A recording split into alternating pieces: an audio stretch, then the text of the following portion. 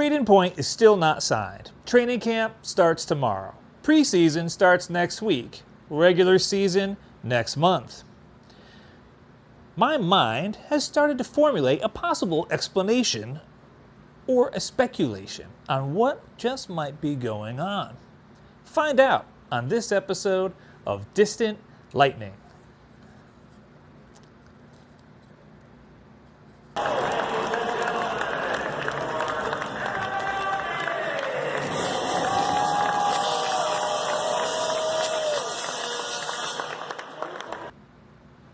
Hey everyone, Barely Knowing Phil here. So I took a look at some odds of the Tampa Bay Lightning winning the Stanley Cup. And earlier in the summer, like around July, Joe Smith posted some odds and he showed 4-1. Tampa Bay, the clear favorite to win the Stanley Cup, followed by the Bruins, Maple Leafs, Panthers. Panthers? I was kind of surprised to see that. And some other teams, usual suspects. Then as we moved into September this month, the odds changed a little, moved from 4-1 to 6-1. Tampa Bay is still the favorite, but the odds have gotten a little worse. Is this because Brayden Point is not signed yet? Maybe. Vegas slid up into second spot, followed by Toronto, Boston, and Colorado, and some other folks. So what have I heard about Brayden Point? You probably heard it too. Some rumor that it might be like an $8 million 8-year contract. Put into Canadian money, that's $10.56 million. For those of you that are trying to compare to like Mitch Marner or some of the other Canadian folks, Canadian stars. So $8 million is a pretty good chunk of change. But how does that compare to other players on the Lightning?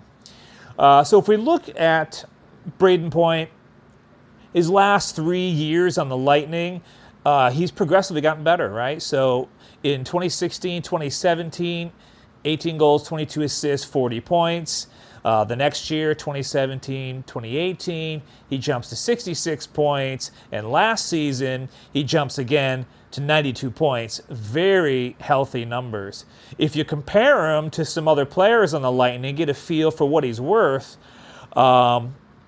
Number one, he's a center, right? We always hear centers are the most valuable because they're usually putting the pucks in the net.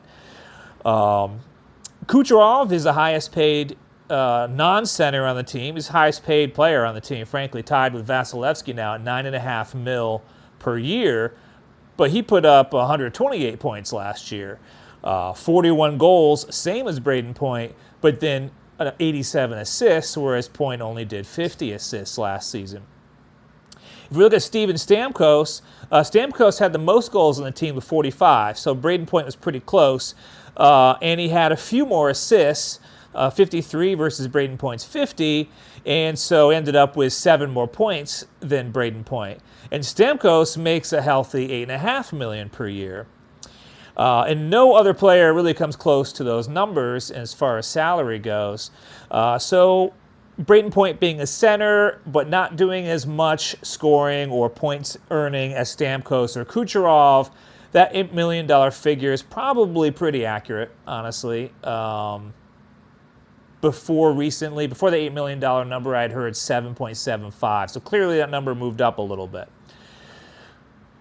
If we look at some comparables around the league, some other restricted free agents that, maybe Julien Brisebois hasn't signed Brayden Point because he's trying to leave some money in the purse, and maybe he's going to make a deal. Maybe he's going to make a play for some other player, like Mitchell Marner on the Toronto Maple Leafs. I'm just speculating here, so don't get too crazy. Maple Leafs fan finds this video. But anyway, if we look at Mitchell Marner, he has kind of similar points to Point. He got a lot, 94 points. Versus Point's 91 last season. Most of his points are coming in assists, though. He's only had 26 goals, but he had 68 assists last season. If we look at the Maple Leafs, now we're looking at Canadian money here. The highest paid players are, number one, Austin Matthews at $11.6 million. Then you've got John Tavares at a clean, even $11 million. And what I've heard is Mitchell wants to make somewhere close to Austin Matthews. But the difference is Austin Matthews and John Tavares, they put pucks in the net. And Marner may be the person that sets them up. So is he worth that much? I don't know. For a winger, maybe he's going to get like, Brayden Point money. So in Canadian terms, what did I say? Like 10.3 mil Canadian is about 8 million US. And maybe that would be a fair number. But if he's holding out for more, I don't know if he's going to get it. Toronto is putting out a lot of money in some of these players. Another comparable, Mikko Rantanen. Now, I'm not saying that BB's making a play for these guys, but he might be. So Mikko Rantanen on the Colorado Avalanche. Last few seasons, similar to a Point story. He's just done really well and grown a little bit. He got 87 points last year, but kind of like Mitch Marner, most of his points come from assists, not goals. He also is not a center. He's a right wing. But payment-wise, he's got a lot of points. 31 goals, 56 assists. And the highest paid player on their team is $6.3 million US. So is he going to make more than Nathan MacKinnon, who put up 99 points last year? I don't think so. So, wow, we would get a deal. If BB could pick him up maybe for 6.5 mil, 7 mil. We'd have some money left over, maybe for one of our prospects to move up and have a full-time job on the Lightning, or pick somebody else up that we can get. Patrik Laine, Winnipeg Jets. So he gets a lot of talk too. I've heard his name more last season than probably any other player as kind of a hot player in the NHL. When I look at his stats, though, I'm not that excited. He did 50 points last year, 30 goals, 20 assists. Honestly, I didn't follow the Jets, so maybe he was hurt. Games played, 82. I don't know, he played a lot of games, so I'm not sure what happened there with him. But still, people think he's really good. He does play on the right wing. He's not a centerman like Point.